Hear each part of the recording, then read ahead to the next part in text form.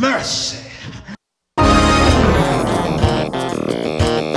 It is now time for the Kingdom Touch broadcast. This broadcast is designed to present to America an expository approach to simple biblical truths. This is the evangelistic ministry of Pastor Z, the senior pastor of the Kingdom Church of Jacksonville, Florida. Come join Pastor Z with this week's broadcast as it features him preaching throughout the cathedrals of America.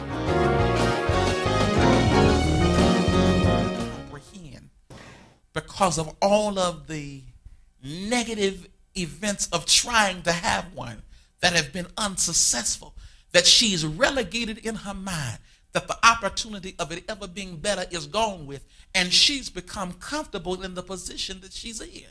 Watch it in the text. Somehow or another, there's a point within your life that you can, when somebody asks you, do you want better? Is there anything that you want? You don't even name those things because you've lost sight of that being a possibility.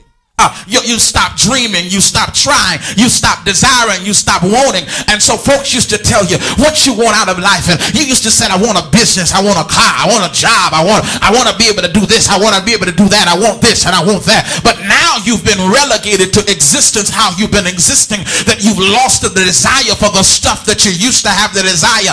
And so even when position and opportunity knocks on the door, you don't even name certain things in your life because you are happy with your existence now.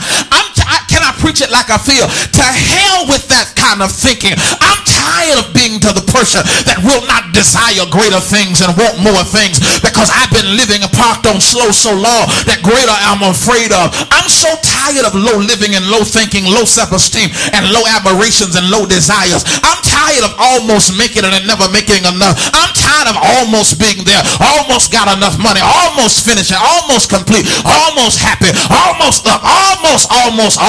I'm sick and tired of the almost got enough gas, almost got enough happiness, almost got friends, almost got the connection, almost there. I'm sick and tired of that. And somehow you can become complacent, and sometimes you can be embracive, and you can embrace failure. You can embrace rejection. Nobody will ever love me, so I'm just happy being here. Nobody else will ever be there. And so you embrace those moments. You embrace those opportunities. Nobody will truly ever be my friend. They all after to use me. All a Negro want is what I got, not who I am. And sometimes you become so embracive of those institutions that it becomes the status of your mind, and who you are has been altered by your experiences. But I stopped by here like Elijah and asked the woman, do you want a child? Do you want what you could not have? Is it that business that you thought was all over? Do you want it? Is it going back to school? Do you want it? Is it starting your own thing? Do you want it?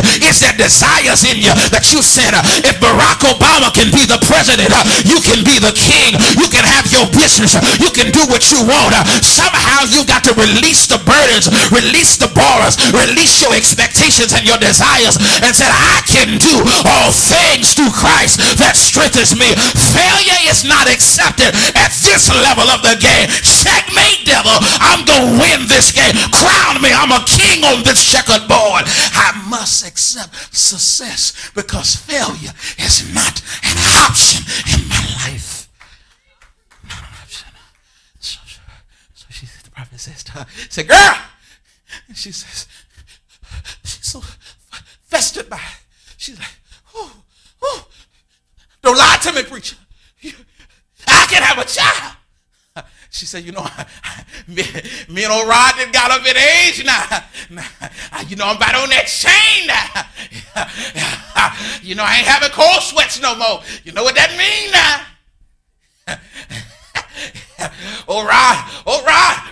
Rod the Shootermite. Don't get up like he used to get up in the morning. He tired. The prophet said, you shall have a child. Here we clear. It's one thing to have a word from God, but if he never went in and knew her, even though the prophecy was good, guess what? It would have never manifested. If it wasn't no hot, loving, Nutty Professor relations, that was for Nutty Professor, wasn't it? If it wasn't no relations then there would not have been what? The promise never would have been fulfilled. Can I preach it like I feel it? So if you want God to give you a car, but you never go to the car lot, guess what? The promise can't be what? You want God to make you rich, but you're afraid to invest. Guess what? The promise can never be. The text didn't say he'll make you rich. He said he'll give you the power to obtain wealth. Obtain me. I'm going to put it in proximity. You got to get it. Tell somebody, I got to get mine. I got to get mine. Look at somebody and say, I got to get mine, baby. I don't know about you, but I got to have me mine. You can be broke all you want, or you can be sad all you want, but I got to get my peace. I got to get my joy.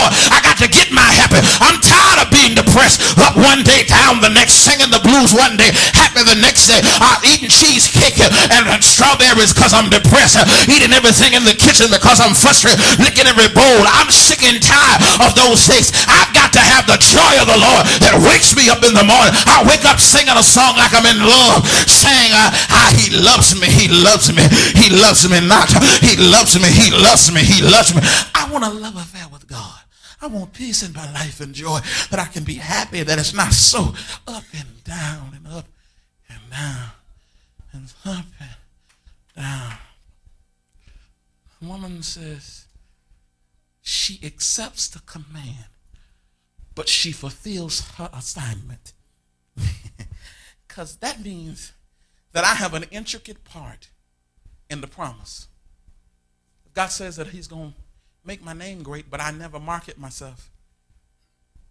God said he's going to bless me and make me a recording artist, but I never go in the studio. God says he's going to bless my business, but I never sell anything. Somehow people are waiting on opportunity to knock on their door rather than they're knocking on the door of opportunity. She embraced the moment and the opportunity. She said, come on in here, Mr. Shootermite. Let's let the will of God be fulfilled. Oh, let the will be done. Thy will be done on earth and take me to heaven. Somehow or another, the will is fulfilled and the baby comes. Now, where the story turns seemingly for the worse is after the baby gets here. Because the baby is doing all right and seem to be doing well. And, they got it going on. We good, sir. Everything going well, and the baby is doing pretty well, and he running around and having fun. But one day the boy goes into his daddy. He goes into his daddy and said, Daddy, my head hurts. It was like he had a migraine. You understand? He starts saying, oh, my head, Daddy. Well, your head. Well, he does like any other daddy. Go in there and see your mama. Goes in to see the mother, lays in her lap, and falls dead. It's believed that it's a heat stroke. Most theologians and doctors say that the temperature and time of the year that he was working, young child working, he had a heat stroke and fell dead.